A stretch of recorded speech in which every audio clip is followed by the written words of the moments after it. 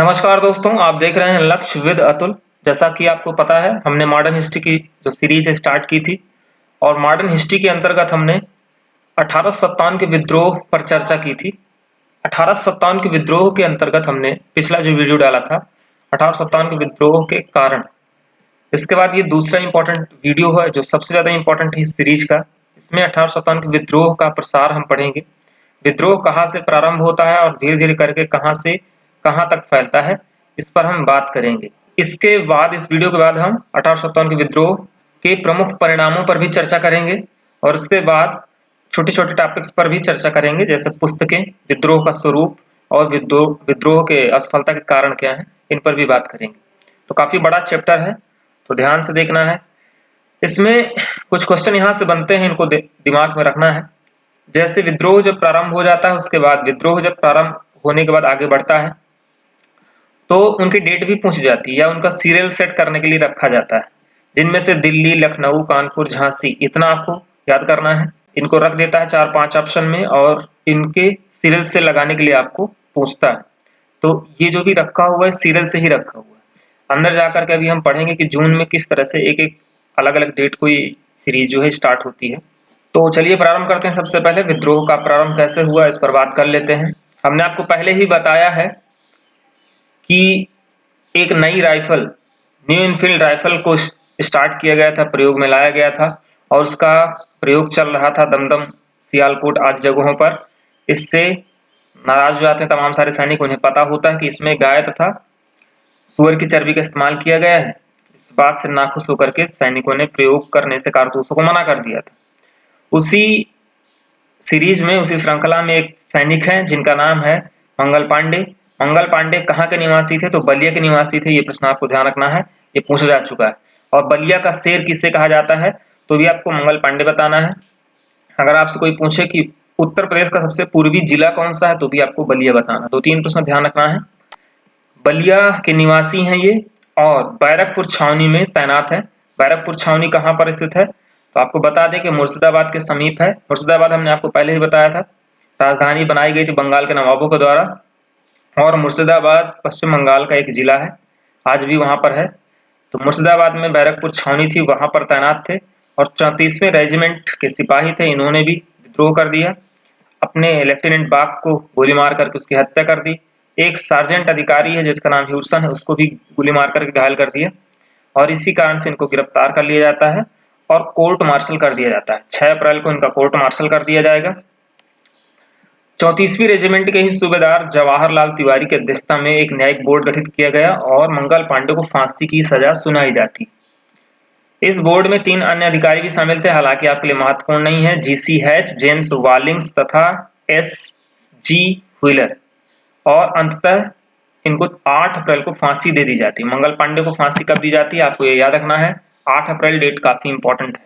इसका एक दोस्त था जिसका नाम था कैप्टन गार्डन। ये एक ऐसा अंग्रेज अधिकारी था जिसने विद्रोह में अंग्रेजों के विरुद्ध युद्ध किया था। यानी बाकी सारे अंग्रेज अंग्रेजों की तरफ थे, लेकिन ये मंगल पांडे की हेल्प कर रहा था। कैप्टन गार्डन, आपको इसका नाम ध्यान रखना है। बैरकपुर छावनी की हम बात कर रहे थे तो ब्रिटिश जो कमांडिंग ऑफिसर थे, सबसे बड़ा जो अधिकारी था वहां का, उसका नाम था जॉन बेनेट हैरिस। इस तरह के क्वेश्चन भी कभी कभी पूछे गए हैं। आगे बढ़ते हैं। 28 अप्रैल को मेरठ में घुड़सवार सेना के 85 सिपाहियों ने विद्रोह कर दिया। आप देख रहे हैं ये जो भी घटना हुई थी पीछे, ये सारी घटना हुई थी वेस्ट बंगाल में, पश्चिम बंगाल की घटना है। अगली जो हम घटना पढ़ने जा रहे हैं ये मेरठ की घटना है। मेरठ कहाँ पर है? दिल्ली के पास। तो वहां पर घटना हुई, ठीक है, लेकिन अब यहाँ से रियल में घटना स्टार्ट होती है। 24 अप्रैल को मेरठ में घुड़सवार सेना के कैवलरी फोर्स थी और उस फोर्स के 85 सिपाहियों ने विद्रोह कर दिया था। उसी कारण को लेकर के उन्हें कैद कर लिया गया, लंबी लंबी सजाएं सुनाई गई। इस बात से उनके अन्य जो दोस्त थे वो भी नाराज हो जाते हैं और 10 मई को मेरठ छावनी में घुस जाते हैं। वहां पर तैनात जो सैनिक है उनको मार दिया जाता है और अपने इन दोस्तों को छुड़ा लिया जाता है। छुड़ा करके बाहर आएंगे और घर घर जा करके जितने भी अंग्रेजों के घर होंगे उन घरों में जा करके अधिकारियों को, उनके पत्नियों को, उनके बच्चों को, सबको कत्लेआम कर दिया जाता है। ये घटना सारी मेरठ में हो रही। कब हो रही है? 10 मई को हो रही। जब 10 मई को इतना सारा उन्होंने खेल कर डाला, इस काम में तमाम सारे सैनिक थे और तमाम सारे अन्य लोग भी थे गांव के। इतना करने के बाद उन्हें पता था कि अगर हम रुकेंगे मेरठ में तो हम कत्ल कर दिए जाएंगे इस तरह से उन्होंने दिल्ली के लिए कूच कर लिया और उसी रात 10 मई की रात को वो सारे लोग इकट्ठे होकर के दिल्ली की ओर कूच करते हैं और यहाँ से विद्रोह का प्रारंभ हो जाता है। तो विद्रोह का प्रारंभ ध्यान रखना है, आप बच्चे बहुत कंफ्यूज हो जाते हैं। विद्रोह का प्रारंभ आपके यहाँ से बैरकपुर छावनी से या मुर्शिदाबाद से नहीं हुआ था। विद्रोह का रियल में जो प्रारंभ हुआ था वो मेरठ से हुआ था। इसके बाद विद्रोही जो मेरठ से दिल्ली पहुंचेंगे और दिल्ली की घटना पर हम आ जाते हैं। दिल्ली में क्या हो रहा है देख लेते हैं। 12 मई को दिल्ली पहुंचकर उन्होंने बहादुर शाह जफर को भारत का सम्राट घोषित कर दिया, शहंशाह हिंदुस्तान घोषित कर दिया है। इसके पास एक व्यक्ति आया हुआ है बरेली से आया है जिसका नाम बख्त खान है और बख्त खान इस बहादुर शाह जफर का सेनापतित्व करेगा। प्रश्न पूछा जाएगा कि बख्त खान कौन था। आपको बता दें कि बहादुर शाह जफर का सेनापति कौन था, तो आपको बताना है कि बख्त खान था, बरेली से आया हुआ था।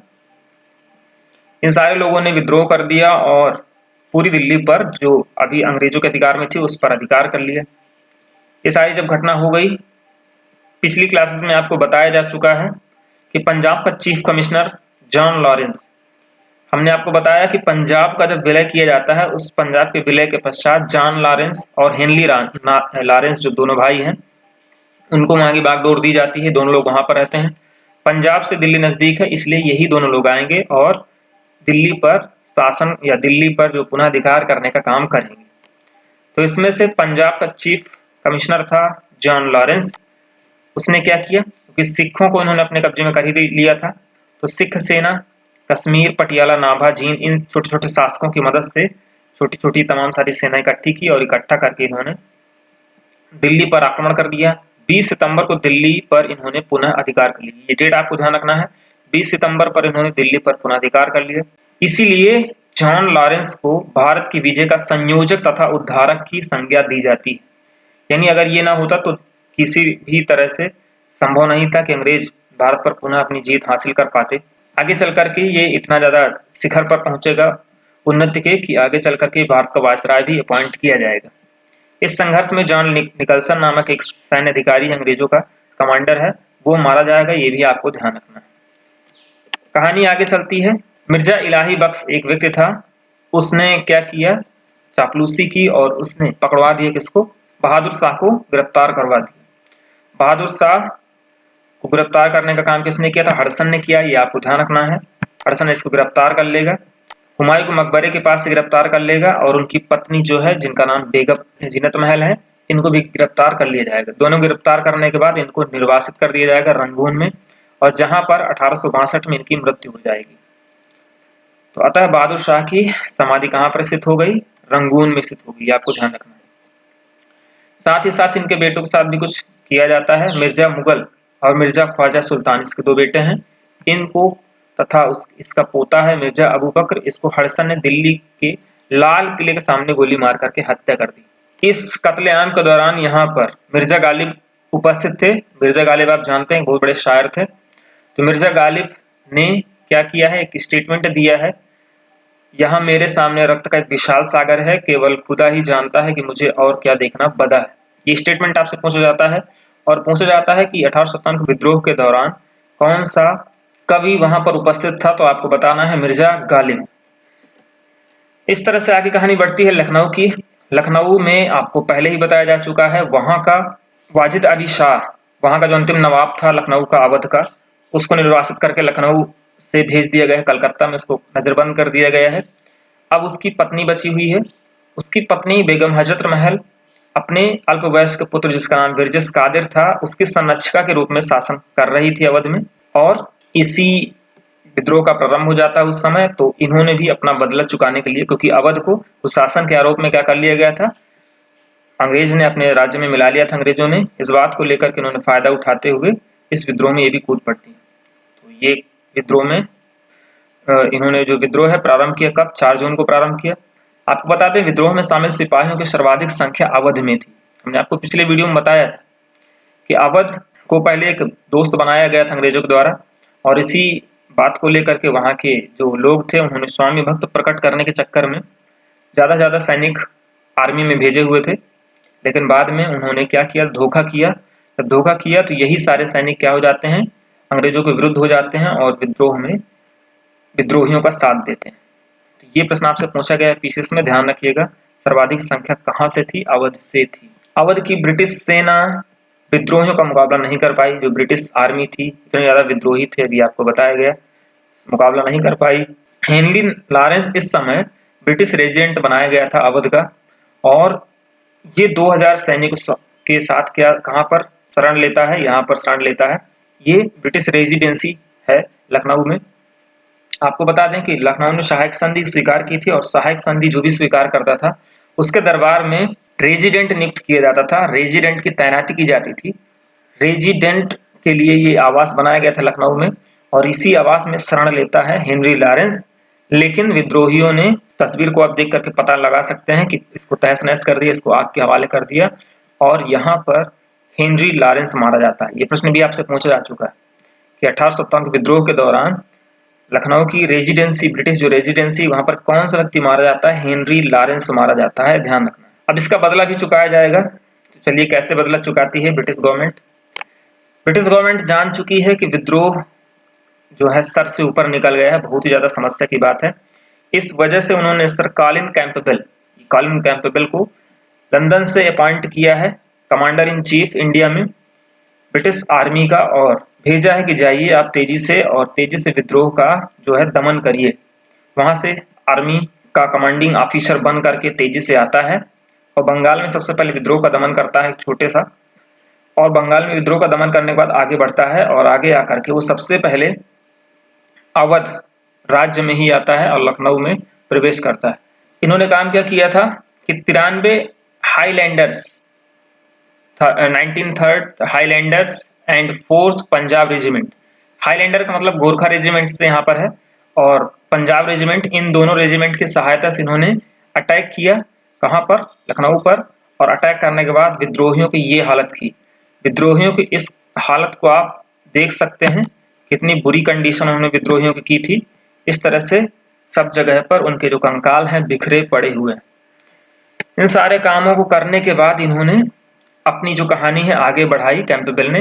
एक बात ध्यान रखना है बहुत ही ज्यादा, कि लखनऊ के आसपास, लखनऊ के बाद कानपुर है, बरेली, फैजाबाद, इन जगहों के आसपास जितने भी विद्रोहों का दमन होता है वो अकेले कैंपबेल ही करता है। तो कैंपबेल ने जितने भी विद्रोहों का दमन किया है उनको इकट्ठा लिखना है आपको, और उनको इकट्ठा तैयार करना है, बहुत ही इंपॉर्टेंट है। तो सरकालीन कैंपबेल आएगा, और लखनऊ में विद्रोहों का दमन करने के पश्चात क्या होगा कि हजरत महल डर जाएंगी कि काफी ज्यादा दिक्कत हो गई, और यानी उनकी जो सेना है हार जाती है, और हजरत महल यहाँ से भाग जाती है नेपाल। नेपाल में ये इनको उनके द्वारा उनकी जो समाधि है उसका चित्र है, इस तरह की समाधि उनकी बनी हुई। लखनऊ के पश्चात विद्रोह प्रारंभ होगा कानपुर में 5 जून को। विद्रोह का नेतृत्व कौन कर रहा था? पेशवा बाजीराव द्वितीय के दत्तक पुत्र नाना साहब कर रहे थे। इनका मूल नाम धोंदू पंत है, ध्यान रखना है। आपको बता दें कि बाजीराव सेकंड को अंग्रेजों ने गिरफ्तार करके, या कहें कि पेंशन दे करके, कहां पर रखा था? कानपुर के पास रखा था, बिठूर में।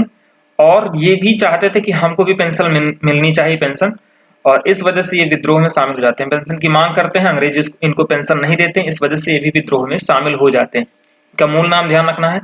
इनका हेल्प किया गया था एक व्यक्ति द्वारा जिसका नाम था तात्या टोपे, यानी तात्या टोपे का मूल नाम रामचंद्र पांडुरंग है। इन्होंने इसके सेनापति की भूमिका निभाई थी, और अजीमुल्ला खान ने भी इनको मदद की थी। इन्होंने और भी कुछ काम किए थे। विद्रोह के दौरान फ्रांस के शासक नेपोलियन थर्ड को 3 पत्र भेजे थे, ये भी ध्यान रखना है। इस तरह से अजीमुल्ला ने बिठूर में नाना साहब के साथ मिलकर 31 मई को क्रांति का दिन निश्चित किया था। ये प्रश्न भी पूछा गया है कि इन 2 लोगों ने मिलकर के 31 मई को क्रांति का दिन निश्चित किया था। आपको पता ही होगा कि निश्चित किया जाता है 31 मई को, लेकिन जो क्रांति है वो 10 मई को ही प्रारंभ हो जाती है, और यही सबसे बड़ा सफलता का कारण होता है। तो इन दोनों लोगों ने, आपके नाना साहब ने और अजीमुल्ला, इन 2 लोगों ने मिलकर के 31 मई को क्रांति का दिन निश्चित किया था। तात्या टोपे को भारत का गैरीबाल्डी कहा जाता है। तो सबसे पहले बात करते हैं कि गैरीबाल्डी कौन था। गैरीबाल्डी इटली का एक व्यक्ति था, और इटली का एकीकरण जब किया जाता है, आपको बताना है कि इटली का एकीकरण किसने किया था। चलिए हम बता देते हैं। मेजनी नामक व्यक्ति ने इटली का एकीकरण किया था, और इटली के एकीकरण में गिसेप गैरीबाल्डी का चित्र है दोनों। गैरीबाल्डी की बहुत ज्यादा इंपॉर्टेंस रहती है। इन्होंने अपनी आर्मी को दिया था, यानी इटली के एकीकरण में इन्होंने एक आर्मी बनाई थी, एक सेना बनाई थी, और उसकी मदद से उन्होंने इटली का एकीकरण करवाया था। कहने का मतलब इन्होंने एक संस्था बनाई थी, इसका नाम था रेड शर्ट्स। रेड शर्ट्स नामक संस्था बनाई थी। रेड शर्ट इन्होंने पहन रखी, आप समझ जाएंगे। और इसके तहत उन्होंने तमाम सारे लोगों को इकट्ठा किया था। जब इटली का एकीकरण किया जा रहा था तो मेजनी को एक पावर की आवश्यकता थी, आर्मी की आवश्यकता थी, और मेजनी की सहायता इन्होंने की थी। तो इस तरह से यही संस्था जो है भारत में भी आएगी। अभी हम आगे चल के जब राष्ट्रीय आंदोलन पढ़ेंगे वहां पर लाल कुर्ती आंदोलन पढ़ेंगे, और लाल कुर्ती जो आंदोलन है वो भी इन्हीं से ही प्रेरित था। गैरिबाल्डी ने जो काम किया इटली के एकीकरण में, अलग से सेना की हेल्प की थी, उसी तरह से तात्या टोपे को भारत का गैरिबाल्डी कहा जाता था। क्यों कहा जाता था?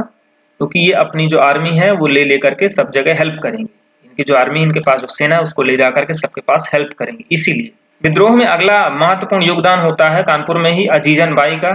अजीजन बाई पेशे से एक नर्तकी हैं, और ये काम क्या करती थी, इन्होंने एक अपनी टोली बनाई हुई थी, महिलाओं की एक टोली बनाई थी जो पुरुषों के वेश में रहा करती थी, और ये जा करके घायल जो सैनिक है उनका इलाज करती थी। साथ ही साथ उनको युद्ध में हिस्सा लेने के लिए प्रेरित भी करती थी। इस तरह काम करती थी। बाद में इनको गिरफ्तार कर लिया जाएगा। गिरफ्तार करने के बाद जनरल हैवलॉक के सामने पेश किया जाएगा। हैवलॉक इनको माफी मांगने के लिए कहेगा, लेकिन उन्होंने माफी नहीं मांगी, और अंततः इनको क्या कर दिया जाता है, मार दिया जाता है। तो अजीजन बाई को आपको ध्यान रखना है कि अजीजन बाई ने 1857 के विद्रोह में कहां से शामिल हुई थी, कहां से भाग लिया था, या अगर प्रश्न पूछे कि वह कौन सी नर्तकी थी जिसने 1857 के विद्रोह में कानपुर में सैनिकों की मदद की थी, तो आपको अजीजन बाई का नाम बताना है। विद्रोहियों ने सत्ती चौरा तथा बीबीगढ़ नामक स्थानों पर अंग्रेज स्त्रियों और बच्चों की हत्या की थी। इस पर भी थोड़ा सा चर्चा करना है। एक स्थान है सत्ती चौरा, कानपुर में ही यमुना नदी है, यमुना नदी किनारे एक घाट था सत्ती चौरा का। तो सत्ती चौरा में हुआ क्या था कि कुछ अंग्रेज महिलाएं और बच्चे नदी पार करके इस पार आ रहे थे, भागने का प्रयास कर रहे थे। तो इस पार विद्रोहियों ने उनको पकड़ लिया और पकड़ करके नदी में कूद करके उनका कत्लेआम कर दिया था। इसी तरह से सत्ती चौरा के बाद बीबीगढ़ नामक एक स्थान ही है कानपुर में, यहाँ पर एक कुआं बना हुआ है। तो इसमें भी उन्होंने क्या किया था, बहुत सारे अंग्रेज बच्चों को, महिलाओं को काट काट करके मार करके इस कुएं में डाल दिया था। तो इस तरह से ये दोनों स्थान काफी ज्यादा इंपॉर्टेंट हैं। आपसे इतना प्रश्न पूछा जाए कि बीबीगढ़ और सत्ती चौरा नामक स्थान कहाँ पर है, तो आपको बताना है कानपुर के पास स्थित है। इस तरह से 6 दिसंबर को कैंपबेल ने कानपुर पर अधिकार कर लिया। नाना साहब ये भी नेपाल भाग गए, और तात्या ने यहाँ से भाग करके लक्ष्मीबाई की मदद की। ये लक्ष्मीबाई के पास चले जाएंगे। देखिए यहाँ पर फिर से कैंपबेल आ गए। आपको पिछले टॉपिक में भी कैंपबेल को बताया गया है। हमने आपको बताया कि कैंपबेल कई जगह पर जाएगा और विद्रोह का जो समापन है वो करेगा। अपने अगले क्रम में विद्रोह झांसी तक पहुंच चुका है, और झांसी में प्रारंभिक दौर में इस विद्रोह का नेतृत्व काले खां नामक व्यक्ति ने किया था। हालांकि बाद में इसका जो नेतृत्व है वो काले खां के स्थान पर लक्ष्मीबाई ने संभाला था। लक्ष्मीबाई के बारे में जानते ही हैं कि गंगाधर राव की विधवा है ये। आपको एक बात और जानकारी रखनी चाहिए कि लक्ष्मीबाई की हमशक्ल झलकारी बाई थी, और झलकारी बाई ने भी इस युद्ध में काफी ज्यादा भूमिका निभाई थी। इनकी कहानी को भी आप अलग से पढ़ सकते हैं। और झांसी के नेतृत्व में तात्या टोपे भी आ जाता है। आपने पिछले टॉपिक में देखा कि कानपुर से किस तरह से तात्या टोपे बच करके आया है, और झांसी में झांसी की रानी की मदद कर रहा है। यहाँ पर 23 मार्च 1858 को झांसी को विजित करने हेतु हिरोज को भेजा जाता है। आपको बता दें कि झांसी किस वजह से झांसी विद्रोह में शामिल हुआ है, क्योंकि दत्तक पुत्र को प्राप्त करने की वजह से झांसी की रानी को, या झांसी जो राज्य है उसको हड़प लिया जाता है हड़प नीति के तहत, और इस वजह से उसको दोबारा प्राप्त करने के लिए हिरोज को भेजा जाता है। हिरोज झांसी की रानी को कालपी ग्वालियर में पराजित करता है, और 17 जून को ग्वालियर दुर्ग के नजदीक जो है झांसी की जो रानी है वो वीरगति को प्राप्त हो जाती है। इनकी मृत्यु होने के पश्चात ये स्टेटमेंट है हिरोज का, भारतीय क्रांतिकारियों में यहाँ सोई हुई औरत एकमात्र मर्द है। इसको भी आपको ध्यान रखना है। इसके बाद तात्या टोपे की कहानी क्या होती है। तात्या टोपे यहाँ से भी बच के निकल के भाग जाता है, और नेपाल ये भी चला जाता है। तीनों लोग लगातार नेपाल जा रहे हैं। इसके यहाँ से जाने के बाद होता है कि सिंधिया का एक सामंत था, मारवाड़ का राजा मान सिंह। ये सिंधिया है, जियाजी राव सिंधिया। सिंधिया मराठों की एक ब्रांच थी।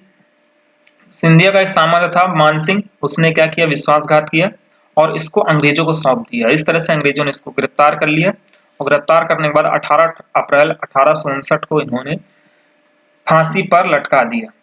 तो तात्या टोपे इस तरह से फांसी पर चढ़ जाते हैं। ये उनके अंतिम दौर की तस्वीर है। इधर लक्ष्मीबाई के बारे में कुछ फैक्ट्स हैं, ये आप जानते होंगे। ज्यादातर क्वेश्चन ये पूछे जाते हैं कि लक्ष्मीबाई का जन्म कहाँ पर हुआ था, कई बार पूछा जा चुका है। काशी में हुआ था। इनके पिता का माता का नाम देख लीजिएगा। गंगाधर राव की पत्नी थी ये।